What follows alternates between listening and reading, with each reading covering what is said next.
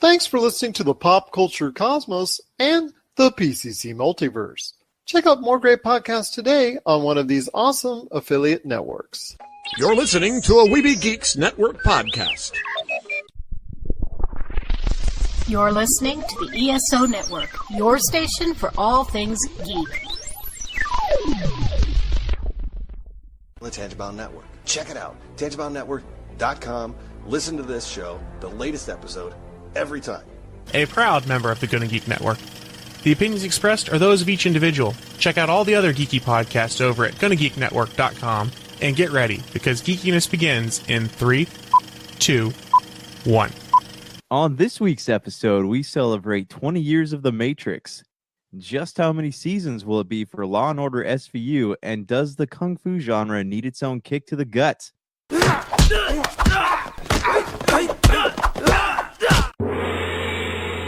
no April Fools here as we once again delve into the pop culture cosmos. Welcome to the Pop Culture Cosmos. How's that? We gotta have you do that more often, man. That sounded awesome. There you go. And we are back once again. It's the Pop Culture Cosmos. I swear we gotta have you do that opening more often. It is Gerald Glassford, as best I can be anyways, right here from the Pop Culture Cosmos and Game Source. We truly appreciate everyone out there listening to all of our great programs. But it wouldn't be a Pop Culture Cosmos without my good friend.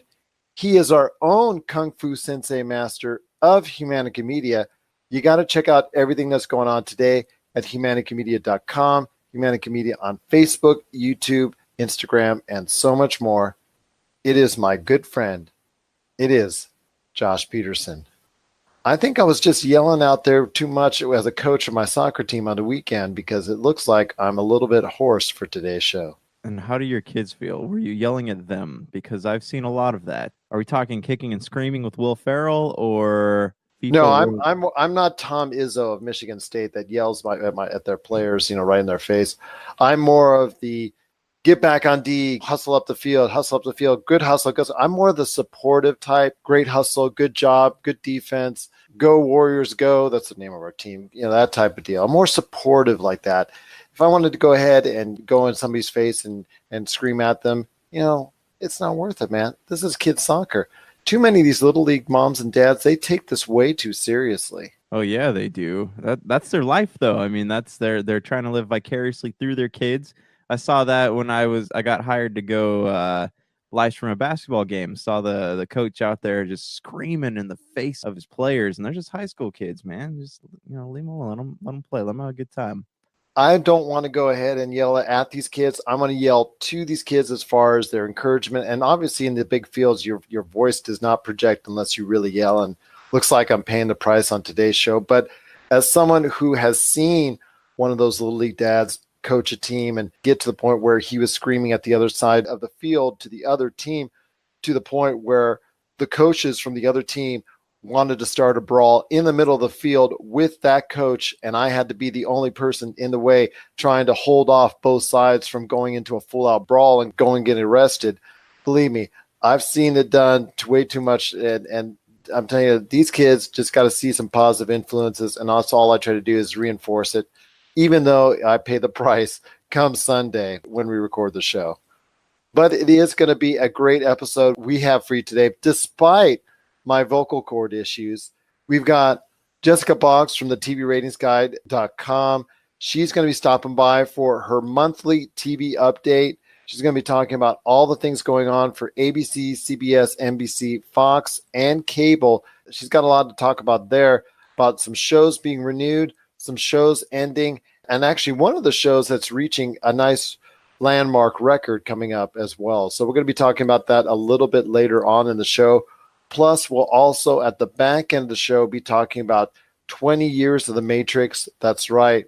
You are old because The Matrix is now 20 years old. And I'll tell you what, we're going to talk about all the great things when it comes to The Matrix, some of the good, some of the bad, but also what kind of mark it has left us in pop culture. My friend, got to talk about something now that you and I actually wanted to go back and forth. And actually, you put this idea in my head when it comes to Kung Fu talk right now, because you and I have such an affinity for the Kung Fu genre and the movies that are so near and dear to us. I wanted to ask you, and this comes off the heels of the movie that just came out, Triple Threat. And that movie, I don't know, I guess it's not performed to the extent that I think a lot of people were hoping for, because it was supposed to be this all-star matchup with Tony Jaa, Iko Uwais, Taigo Hu-chan, Michael Jai White, Scott Adkins, all these superstars that have been involved with so many different projects before, and does not look like it's scoring as well as a lot of people thought or hoped, which is kind of disappointing. So I ask you, my friend, they're all on the, I don't want to say they're all old, but they're not getting any younger. And I don't see a lot of young, talented individuals coming up in the ranks that are being promoted that could be that next Bruce Lee, that could be that next Jet Li. I ask you, my friend, and I want to ask you seriously, do you think the Kung Fu genre needs some new blood, some fresh life to bring out possibly a new, different, charismatic individual star that could break out the Kung Fu genre even more, like Jackie Chan? I mean, there's really nothing to replace these guys once they go out and finally retire for good. No, I just think it's the Kung Fu genre in America I don't think it needs new talent as much as it needs something or somebody to come along and make a Kung Fu film, or a film that incorporates Kung Fu in some way and make the genre seem fresh, because we don't have a lot of that here.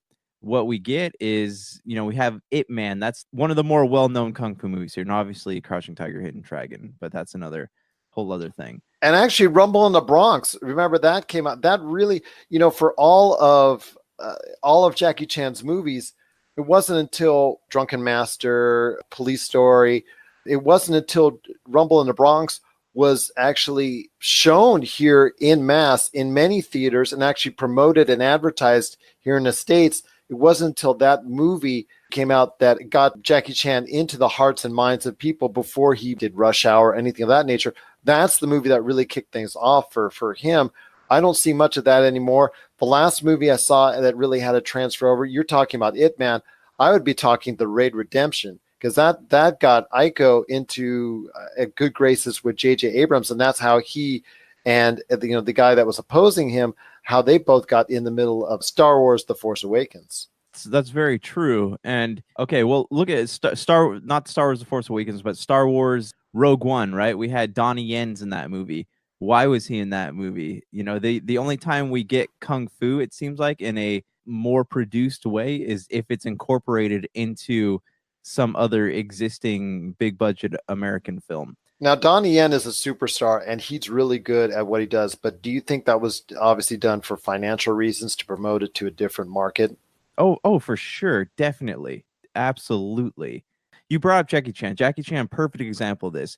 There is not really a Kung Fu market in America. Jackie Chan is still doing movies, but he's doing them back in China. He's doing Chinese films again. So that's why he's still in films, but you're not seeing him in the American market anymore. Not since Forgotten Kingdom was his last one, or no, was that one where he's in Ireland, and he's the father and the daughter. That's right. Yeah. And actually with Pierce Brosnan. Yeah, I remember that. Yes. Yeah, that's the one. That's the last movie he'd been in here. He's back, but he's still doing films, but he's doing them overseas again. So we need to incentivize people to make these movies again. And I get it. We have the whole culturally insensitive thing. So we need to incentivize Chinese filmmakers to make Kung Fu movies that can succeed in the American market. And I don't even know how you would do that. I don't know how that process would be done, but I would love to see another movie like Crouching Tiger win the hearts of the American filmgoers again. And then we can talk about bringing new talent into the frame. One of the things I was thinking about when it comes to new talent into the frame was, remember the teaser trailer for Once Upon Hollywood? Yes. I mean, the actor that played Bruce Lee in that little teaser short, he sounds very legit, very close to what Bruce Lee sounds like, and could be the best Bruce Lee, I don't want to say impersonator, but the best Bruce Lee actor that's ever been, because Bruce Lee's already been done several times. And it's going to be, I think there's also a series on the way that based off of Bruce Lee's writings as well. And I think of the individuals that ever have portrayed Bruce Lee, this could be one of the best. And maybe it will lead to something more where this actor who did such a good job in the trailer that I've seen so far, and hopefully will do a good job in the film, maybe that can be something that will transport his skills and make it plausible once again for the Kung Fu genre to be a part of the movie-going experience here in America once again. Right. I agree with you. Maybe that could open a door for him to be in something like that. But also, look, like we have in America, we have this huge market for mixed martial arts, right? We have UFC, we have all these newer Walmart-ish UFC brands popping up all over the country. Like you could train people like that to act and be in movies. And like it clearly, because of all the people who love Conor McGregor and all these, mixed martial arts UFC fighters, because of the enthusiasm they have for that, I guarantee you there is a dormant need or desire to have some sort of movie in the Kung Fu genre that would be successful here. By the way, the actor's name is Mike Mall. That's Mike Mall. He was actually a great part of that trailer. And if you want to check it out, it's Once Upon Hollywood. That is Quentin Tarantino's 9th film that's going to come out later this year. But the trailer actually, yeah, he's playing a great deal in that trailer. And it looks like it's something that could be a great portrayal. And if Hollywood, pardon the pun, takes notice, Mike Mo could be a bigger part of that equation when it comes to what you're talking about as far as trying to, once again, reinvigorate the Kung Fu genre here in North America, possibly even Europe as well, because right now, Kung Fu movies only seem to really hit in the Asian market, which it always will go ahead and be a great part of, but it seems very fluctual. It seems very touch and go when it comes to any other market. And you're right, there is a dormant marketplace when it comes to what we think could work here with movie-going audiences. And yes, UFC has been talking about going public, and it could be several billions, upwards of $6, $7, $8 billion, $10 billion worth for that company because they're doing so well in the mixed martial genre with jiu-jitsu, taekwondo, any of those type of martial arts influences. And you have all that, and people are going crazy for MMA. This could be a great time to reinvigorate Hollywood with a nice Kung Fu action movie once again. I was hoping Triple Threat would be it, but it doesn't look like it's going to translate well to a worldwide audience. Well, and even if they were to have marketed movies like, I keep saying Ip Man, but Donnie Yen's got a whole like repertoire of films. Legend of the Fist, there's Kung Fu Killer, a lot of really good ones out there. Tony Jaa, another one. Ong Bak, The Protector. The Protector, actually, when that came out, that did okay here. It didn't do. People went to go see it, released in American cinema. People went to go see it, and it got pretty good reviews. So if they were to do a better job of marketing those films here, I think that it would be a good start, a very good start for kind of rebuilding that genre in the American market and maybe making it as popular as it was in the 80s. But again, I know we're living in that time of cultural insensitivities. Got to be a way to go about it that's acceptable to people and also is a recipe for a good film. But with the movies that are out there, what we see with superhero movies and action and love story movies and all that, it would be awesome if the Kung Fu genre can find its own niche once again in something outside of the Asian market and can be something that a lot of people worldwide can once again embrace, because we'd love to see Kung Fu movies rise to the top once again in Hollywood. What are your thoughts out there on the Kung Fu genre? Do you think there should be some new life into the Kung Fu genre and bring out some new Kung Fu stars out there that'll shake things up and actually bring some fans in to watch Kung Fu movies once again, like Josh and I have over the years with the times that we've seen great Kung Fu movies of the past? Shares her thoughts, popculturecosmos@yahoo.com. Also as well, Pop Culture Cosmos, Humanica Media, and Game Source on Facebook, Twitter, and Instagram as well. Well, coming up next, it's our good friend, Jessica Boggs from the TV Ratings Guide.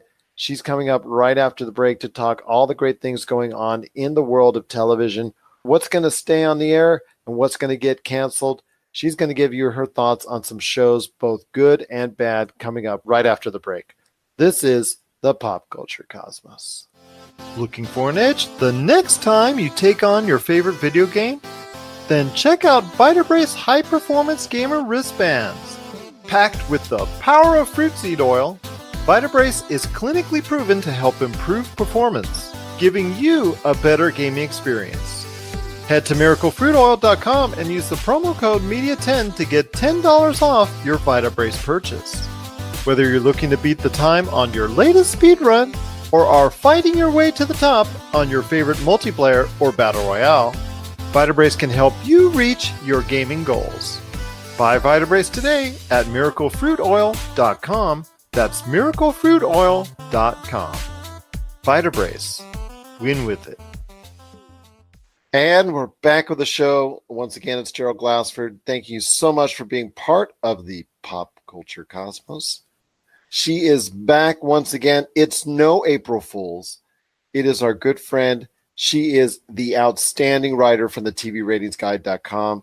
You got to check out everything that's going on today at the TVRatingsGuide.com with all their original programming, all their great reviews, the Renew Cancel Index, and their great original scripts you got to check out. It is my good friend. It is Jessica Boggs. Jessica, always great to have you on the show. I'm actually here, so no April Fools. No April Fools indeed. But I know you wanted to first focus on some things when it comes to ABC. I know there's a couple new shows that have come out not to the greatest of reception when it concerns The Fix and Whiskey Cavalier. Well, yeah, like we've seen The Fix premiered to a 0.7 and then go down to like a 0.6 in week 2. And Whiskey Cavalier has been steady in the fractionals. I don't expect neither one to return at the moment. Which is a shame, especially for Whiskey Cavalier, because Laurie Cohen, she had every desire to go ahead and break out as a star like so many other of her cohorts that have actually gone on to some other great things. And then also as well, some others like Danai Gurira who are leaving the show to go on to bigger and better things. Her success story has not been there. Her first movie that she did with Mark Wahlberg was not a success. And it looks like so far right now, her decision to go to ABC and Whiskey Cavalier and leave The Walking Dead was not a very good one at this point in time. I would agree so, because it takes a long time to be an overnight success story outside of the show that you're known for. That's right. And it looks like she is going to have to reevaluate exactly what she wants to do because The Fix and Whiskey Cavalier are not hitting anywhere near. What do you think it is with The Fix and Whiskey Cavalier that's just not connecting with audiences? Just really not to the extent, I think, what ABC was hoping for. I think for the most part, it has everything to do with the time slot that they're in. They're both airing at 10 p.m., which so far the success story, like in the recent 10 p.m. slot, is The Good Doctor, and neither one of them are hitting at the 10 p.m. slot. Absolutely, and that 10 p.m. slot to debut is kind of a really hard mountain to climb because you have those situations where you're introducing it into a smaller audience in the first place, and it's just really hard to go ahead and have yourself stand out in a 10 o'clock show without maybe debuting and having a couple episodes maybe airing at an earlier point in time to get fans interested into your type of series or shows or what have you. I know CBS, this is the time of year for them with March Madness and the NCAA tournament that they're supposed to really do big numbers and really, have it as a time to promote everything that good about their products, plus also TBS and TNT as well for that matter. But unfortunately, at this point in time, March Madness really hasn't been that much madness unless you're talking about what happened this weekend with Virginia with the last minute immaculate shot, so to speak. But outside of that, there really hasn't been that many competitive or really exciting games as much as previous years. And I think that's reflected in the ratings so far because this has not been too much of a madness for CBS, TNT, and TBS as of this point in time. Outside of a few upset games, there has been very little exciting games. But how's it so far translating ratings? Because I remember coming across the fact that they are down considerably over what they usually do at this point in time. They are. And I think also it has everything to do with a basic fatigue of your usuals versus the Cinderella stories. Because people usually like watching those Cinderella stories, but when the tournaments go quote unquote chalk, meaning more favorites win than anything, then it has a tendency to not create that kind of excitement. Jessica, did you hear that sound? Did you hear that sound in the distance? That was my bracket blowing up. I just want to let you know that was just in the distance there. That was that explosion you heard was my bracket blowing up when North Carolina lost the other day. But need I digress on that? So better luck next year for me, and better luck next year for them, and hopefully CBS can go ahead and have better luck next year with its tournament. They're still going to get high ratings for next week's Final Four and also the national championship game. Whether or not it's going to translate into as much of a success there, we'll have to wait and see. But so far, March Madness has not proven out to be as maddening, I think, as CBS has hoped. But the biggest ratings, it seems like, is with Duke. It's drawing a huge amount of eyeballs. But Duke, unfortunately for fans and also for CBS, got bounced from the tournament. And with no marquee names right now in the Final Four, it's anyone's guess how much madness is left for CBS. But there is a lot going on when it comes to NBC. Some of it good and some of it historic. So fill me in on what's going on with NBC, including everything going on with Law and Order SVU. SVU has just recently been renewed for a historic 21st season on NBC. That's correct. And I think it's for, a weekly primetime series. It is one of the longest running. And I think into the 21st season, it will actually surpass quite a few others and to have itself stand apart as far as the record is concerned. Is that correct? That's correct. I know both the WWE and also the Simpsons, they're always gunning for them as far as, I know every record that they surpass or that they approach, especially with WWE Raw and then with the Simpsons, both of those have been around for so long now that they're trying to go ahead and any, plateau or milestone that they get to seems to go ahead and always translate into whatever they did compared to Gunsmoke. So I know Gunsmoke is still the gold standard when it comes to longevity, but with shows like Law and Order SVU in its now coming soon 21st season. You're right, Antiques Roadshow, that's been on forever. And then also WWE Raw and The Simpsons. You've got all these shows that are still just around for so long and still look like they're not going to stop anytime soon. Moving on to Abby's, it has premiered to very weak ratings in week 1, and it's expected that it's going to drop for week 2. And that's a show that I guess models itself from a show from the distant past in Cheers. But, after watching it, I kind of have tendency to agree with what you're saying, that it's not anything to really, share a drink over. Yeah, it's not like an outdoor bar outside of your backyard. That's not the premise of Cheers. No, not at all. But it's really not connecting with audiences, it looks like. Can I ask you a question? Because this is the time of year we see some replacements in the schedule. This time of year we start seeing some shows that are dedicated to being released in the spring and early summer. There's a few shows like that, but it's mainly competition shows. But there are also some scripted shows that come out at this point in time.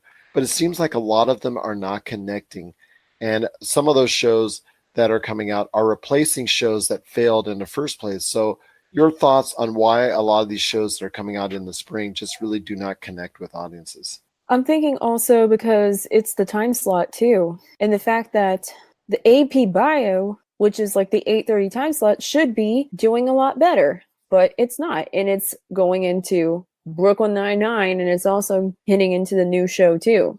So one show definitely makes a huge effect on the rest of the lineup. You're right. That can be the case, and if that show does not really hit with audiences, it can affect the entire lineup. And I totally agree with you on that, because it brings everything down and numbers slide accordingly through all the shows that it's connected with. But there's also a lot of going on with Fox with some renewals that happened recently, some shows that came out to some early fanfare have sustained an audience enough to go ahead and get a new lease on life for another season? Well, yeah, recently we had the renewals of The Resident and 911. And 911 came out to great fanfare, huge ratings, but just has not been able to sustain it, but did get a pass for another year. Well, The Resident has sustained itself pretty nicely, but it was a bubble show that I've considered it because of the new Fox with the Disney merger. I had it as a bubble show.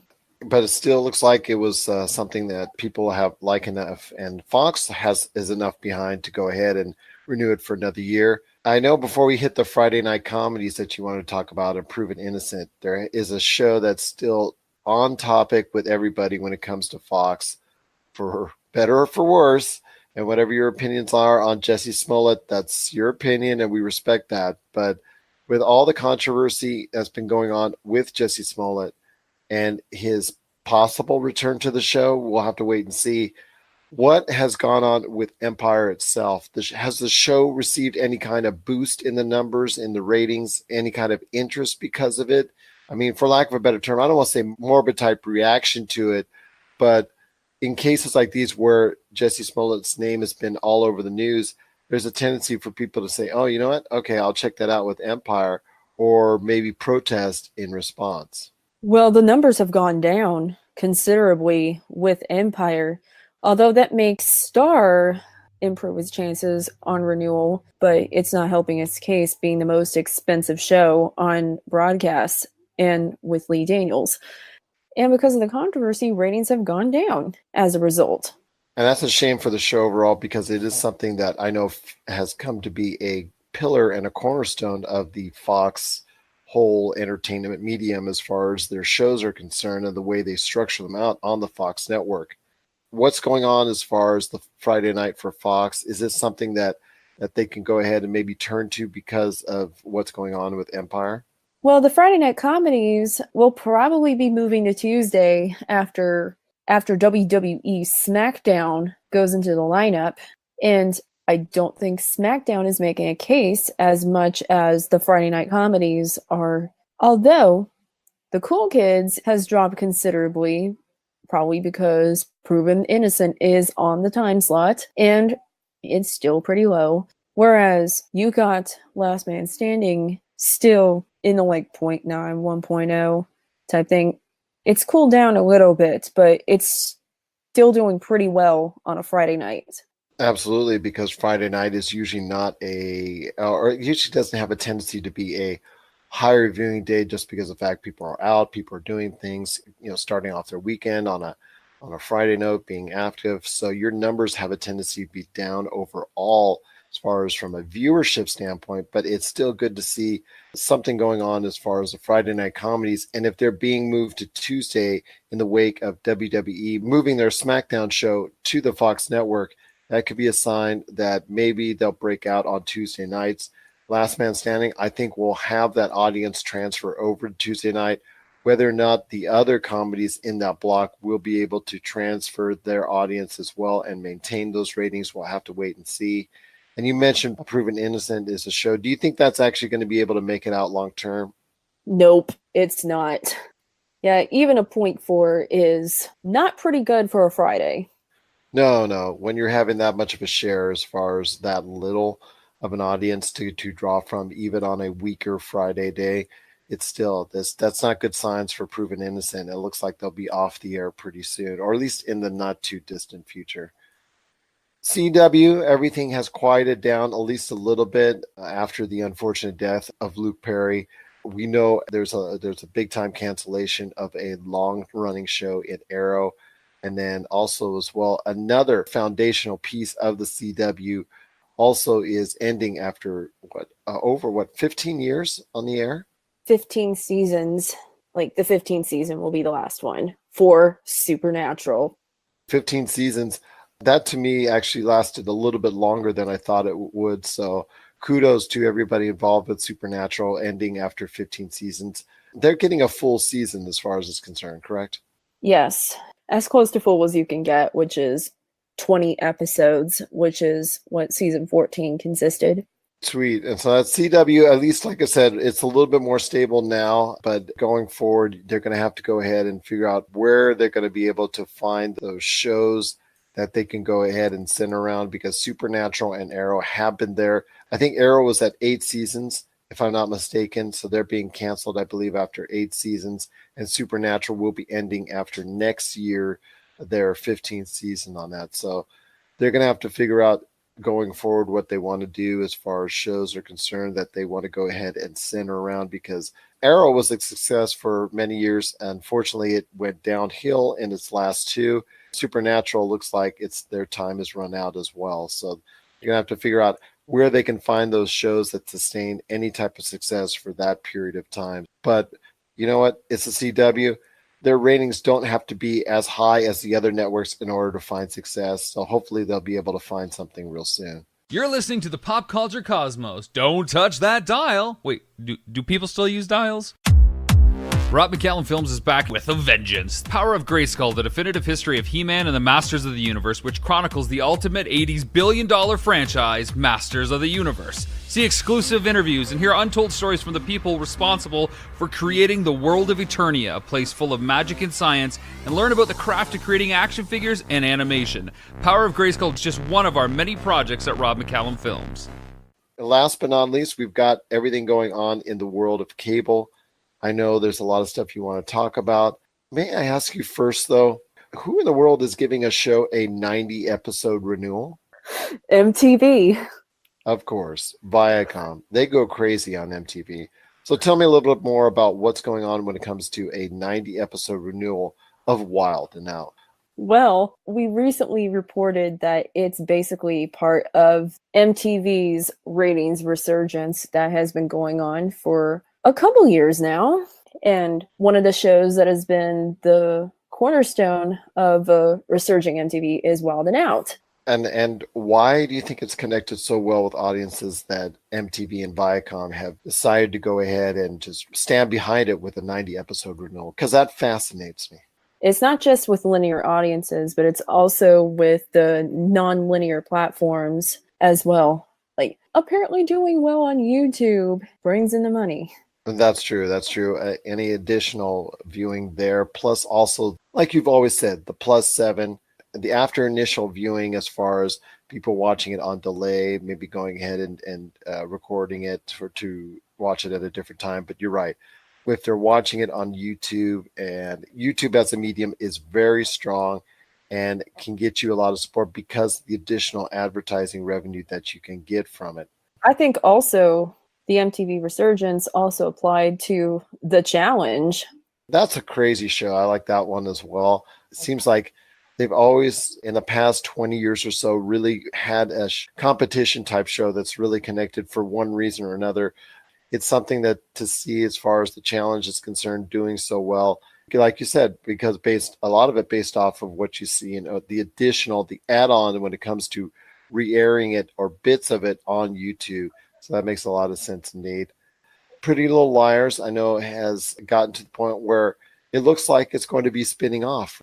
Well, it did spin off, and week 2 of The Perfectionist has lost over half of its audience. I mean, it premiered to 0.018, again, which was in line with other freeform premieres. But then it got into like Famous in Love territory, and the ratings and dropped to a 0.09 in week 2. Oh, that's not good at all. And even for freeform. Remember our old joke when it comes to freeform, that was a place where only people would go and watch Harry Potter films, but USA and Sci-Fi has that now, so you can't even say that. But when it comes to what's going on with Pretty Little Liars and their spinoff, I don't think there's going to be any good signs for it going forward, to be honest.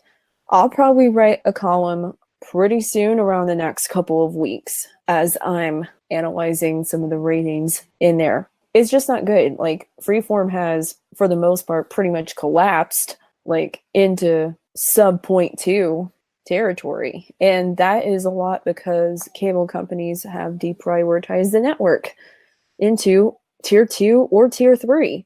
And this is something I saw coming even before the Disney-Fox merger. I don't know. I just did not see them as a network that could really stand out amongst the rest. I know they had shows. I know they gave it like a half-hearted effort with Cloak and Dagger and some other series that were trying to make themselves stand out on the network. Do you think Freeform itself should actually sustain itself as a network? I thought that Freeform should have been ended a long time ago as a whole network, because I just don't think it can sustain itself or sustain an audience. I think it's just going to continue to be a drain on Disney. And, Disney loves profits. Disney loves money generators.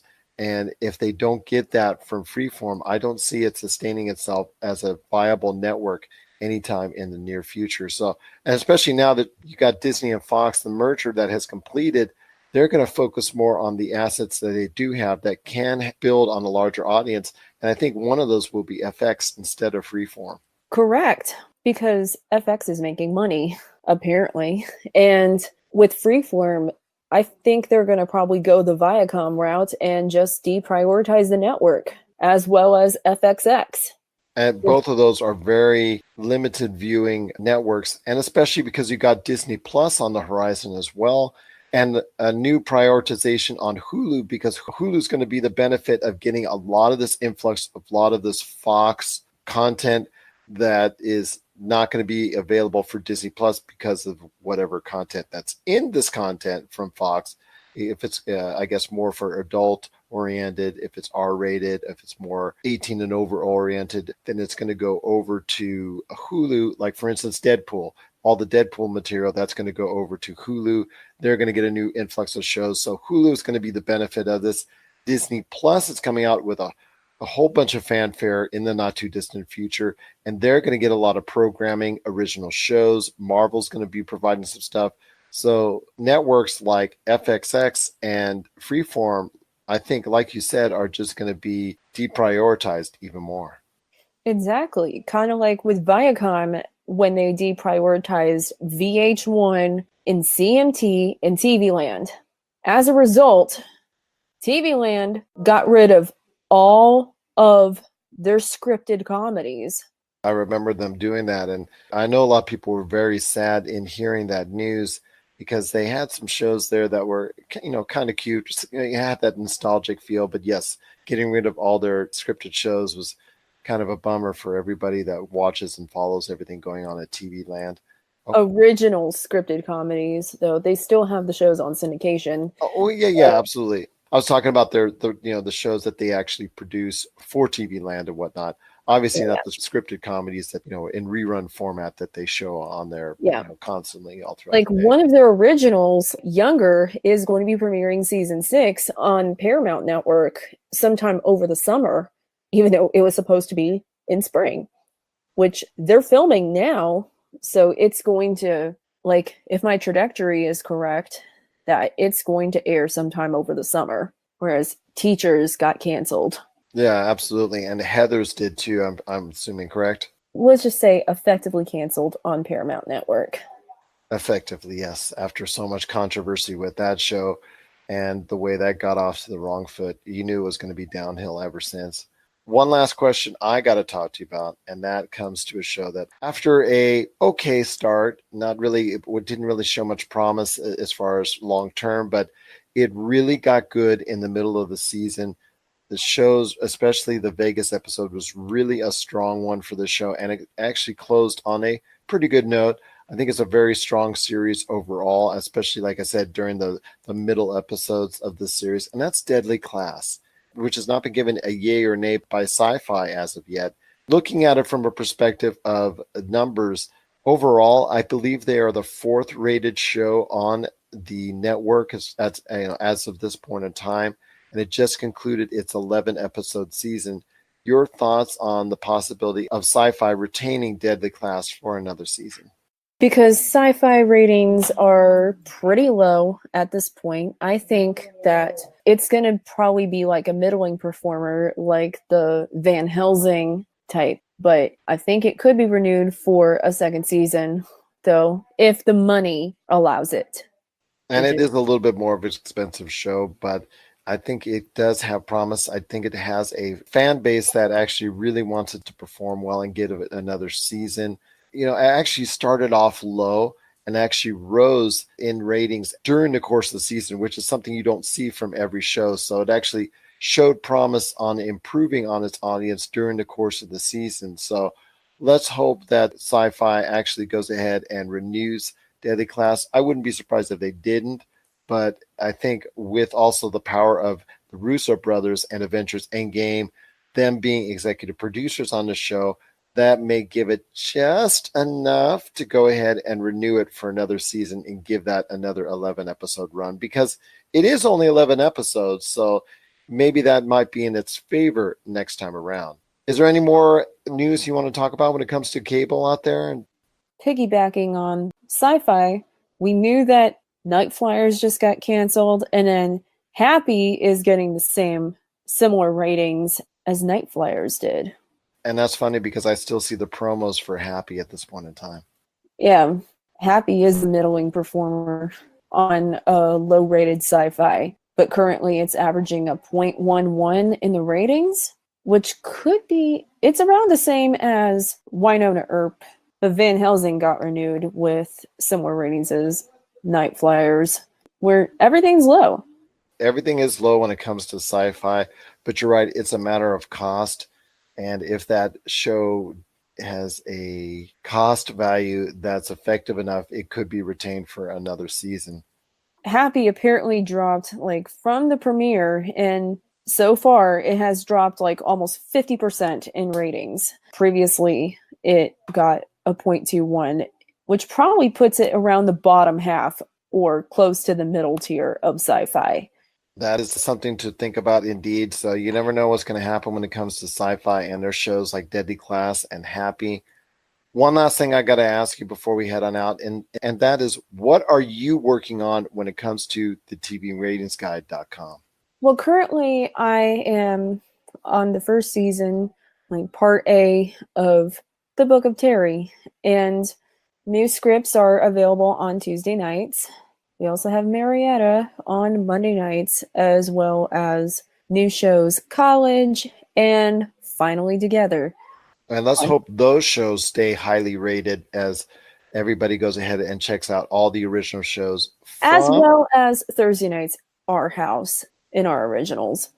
Currently, also, we do reviews. I do the renew cancel columns primarily for CW and Freeform, Sci-Fi and TNT cable networks, as well as the Paramount network, which will be coming back soon. And we may be taking over for Fox, but Fox is in for the renew cancel columns. So it's basically like a share type thing for Fox right now, because we don't know at this point because of the merger.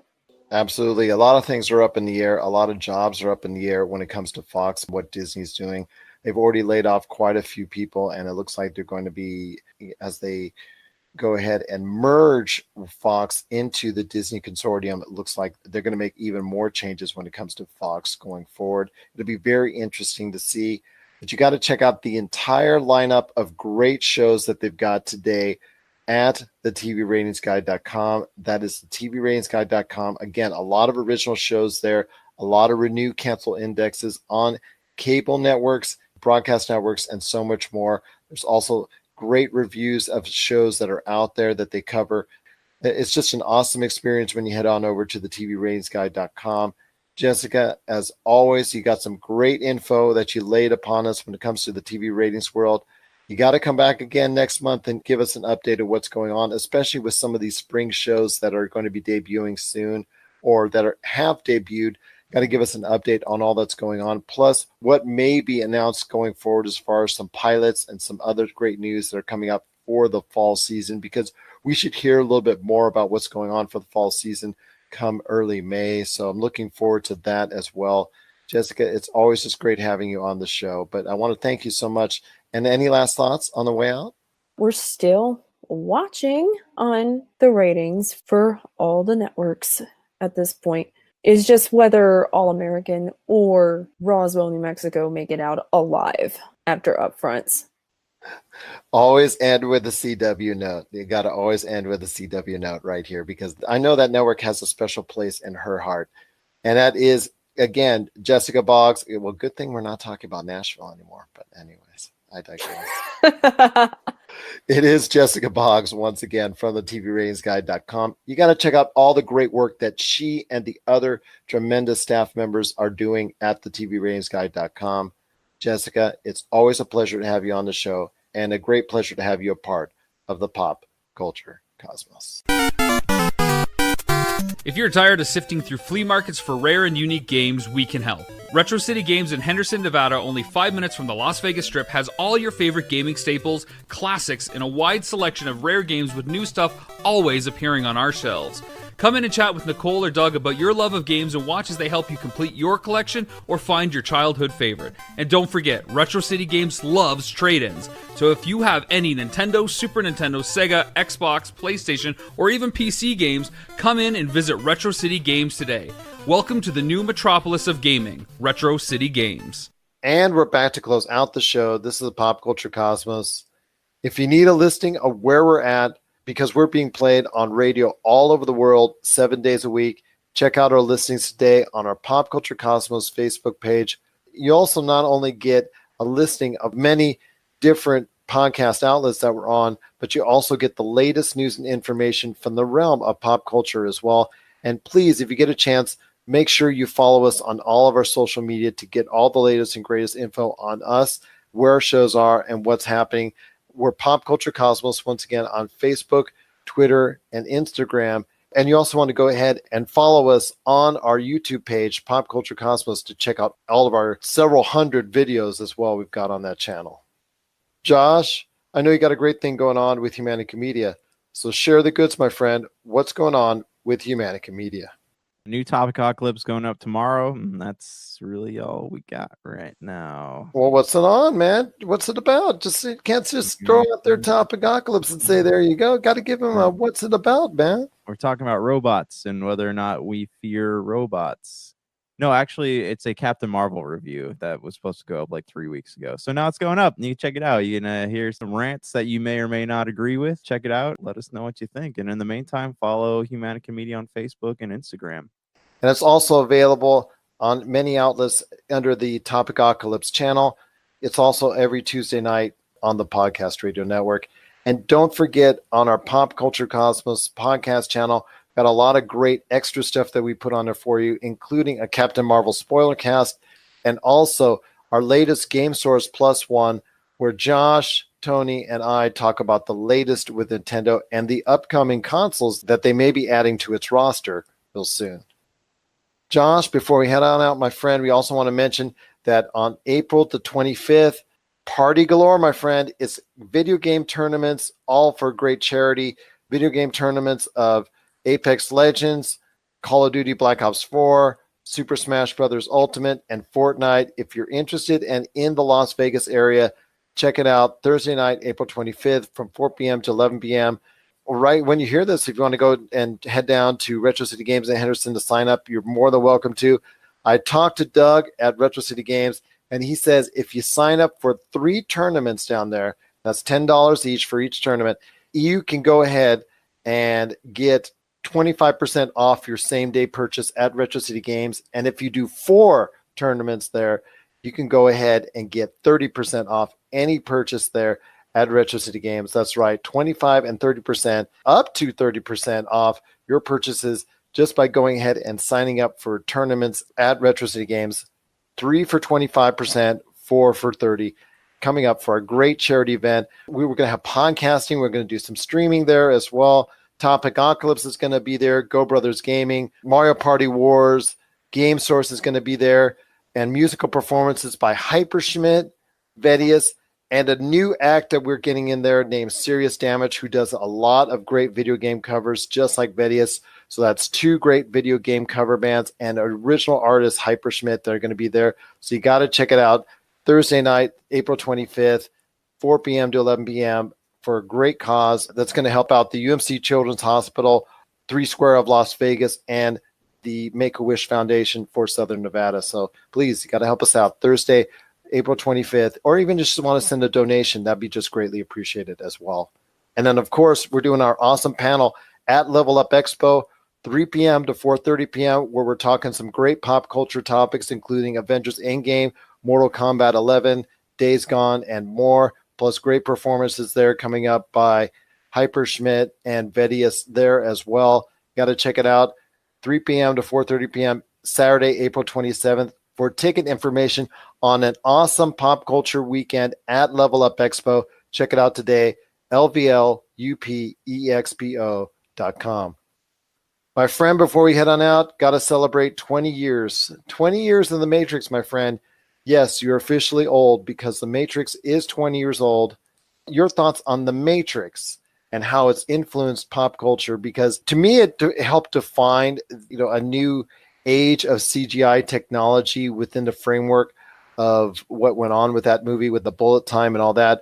Early on in the 2000s, a lot of individual movies loved to go ahead and follow suit, but to me, it also brought out a love for a new type of IP that we were not used to seeing, that we didn't think we would love so much, but it became such a huge hit in The Matrix.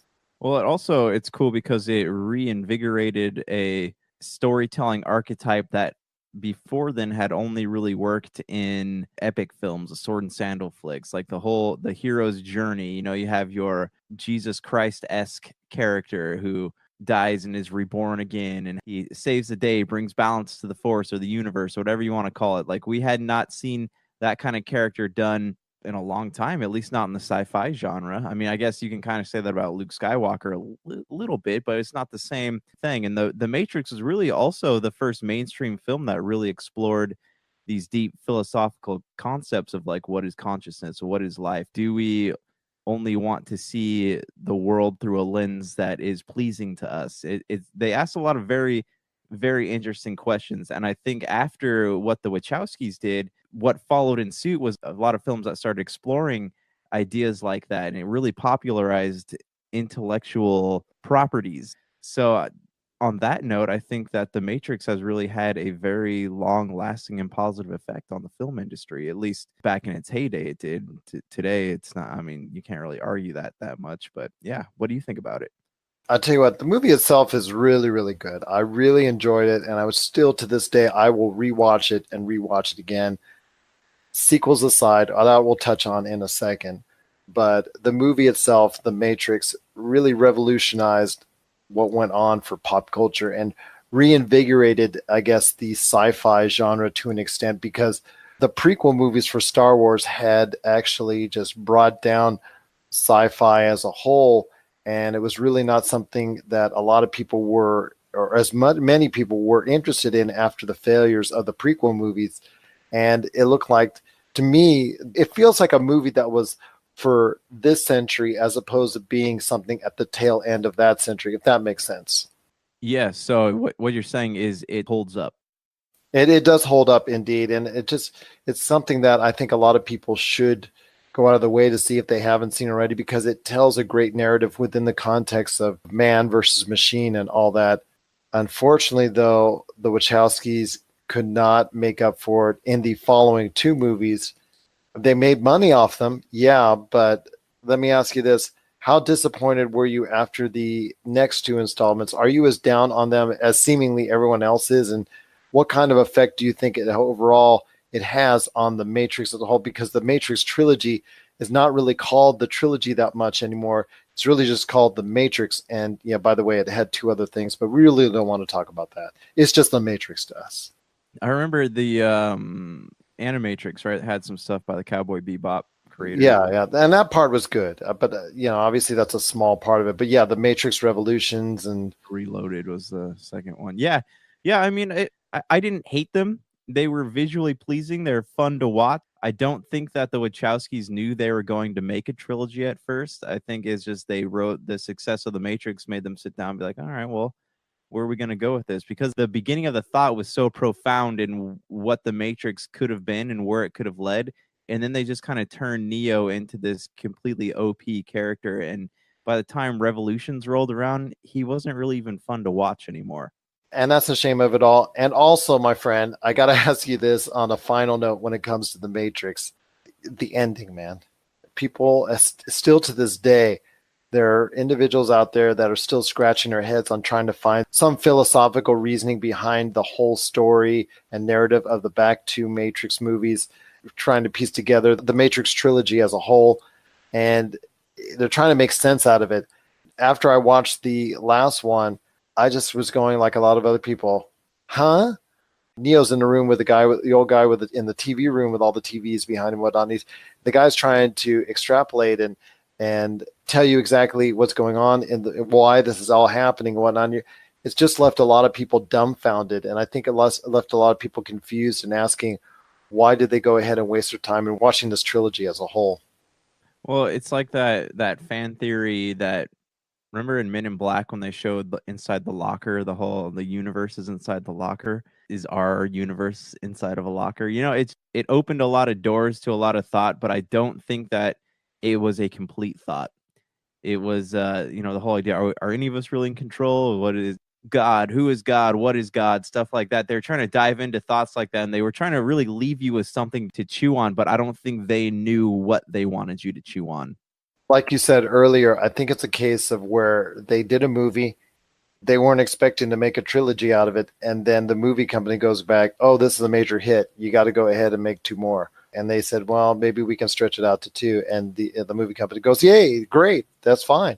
And I'll leave you with this, my friend. I think overall the Matrix legacy is hurt by the fact that the last 2 movies weren't really that great and didn't help enhance the whole Matrix experience. If I were to say to somebody today watching it, should I watch The Matrix? I think they should watch The Matrix and The Matrix only, because if they watch the other 2, I think that only hurts the viewing experience of the original even more. I agree. I feel like I would say if you're interested in watching The Matrix, watch the first one and then go into the other 2, not really looking for a complete story as much as just another gateway to walk into that universe, much in the same vein that Fantastic Beasts exists in the Harry Potter world. I do like the highway scene in Reloaded, though. I give them props for that. The house scene was pretty cool, too, when you first get introduced to the twins. Yeah, that's true. That's true. Unfortunately, that was the only real highlights, and the 15,000 Mr. Smiths and revolutions and all that. It didn't connect with me. And even though Mr. Smith was a character with a lot of charisma, I should say, even though he was trying to not exude any charisma, but he ended up exuding charisma, in my opinion. Just seemed to me that his character was not fleshed out to the point where I think it needed to be able to carry it as a bad guy over the course of the trilogy. And the battle, I think Neo also gets hurt as well, because Neo takes a back seat when it comes to his presence in the movie in number 2 and 3, because it tries to cycle into the world of what's going on there. And in doing so, it takes away from what actually made the Matrix so special by doing so. When they tried to go ahead and delve more into the city life of the humans still left in that world. And to me, it just kind of brought things down a bit. Do you think the same as well? They fully developed his character in the first one, and by the time the other 2 rolled around, all he really ended up being was a vehicle for the narrative to move forward. I agree. Yeah, that's probably the best way to say it right there. Yeah, the Matrix, if you're out there and you have not seen any of the Matrix trilogy, I highly, highly recommend, especially in the 20th anniversary, you revisiting the Matrix. As far as the other 2, you know what? I think it's a great time to watch a superhero movie instead. But happy 20th birthday to the Matrix. There's always been talk off and on about revisiting the world of the Matrix. If they do, they must do it better than they did in Matrix Reloaded and Matrix Revolutions. What are your thoughts out there on the Matrix as it hits 20 years old? Is this something that's very special to you within the realm of pop culture? And do you recommend it to friends? And what are your thoughts as a whole in regards to the Matrix trilogy? Were you able to make out all the underlying themes and what went on as far as the narrative in the Matrix trilogy as a whole? Or are you like a lot of other people that after the Matrix trilogy, you just did a collective? Huh? Share us your thoughts, popculturecosmos@yahoo.com. Also as well, Pop Culture Cosmos, Humanity Media, and Game Source on Facebook, Twitter, and Instagram as well. Well, my friend, it's been a great show. Want to thank Jessica Boggs from TVRatingsGuide.com for sharing some time and sharing some thoughts on what's going on in the world of TV. And on the way out, we want to make sure to let you know for the Friday show, we're going to be covering WrestleMania, Shazam, and we got a request to share our thoughts on Babylon 5. Any last thoughts on the way out, my friend? No, I think we covered everything. I'm just glad my voice kind of made it out all the way through. And now you got to rest those vocal cords, man. Tell me about it. Stop yelling at your kids. That's what I'm saying. Oh, that's until soccer practice when they patience. Well, I'm just telling them to hustle, hustle, hustle, hustle, hustle, hustle. Pass, pass, pass. Passing, spacing out, and get that ball upfield. That's all I'm asking. How many goals do they have to score before you let them eat dinner?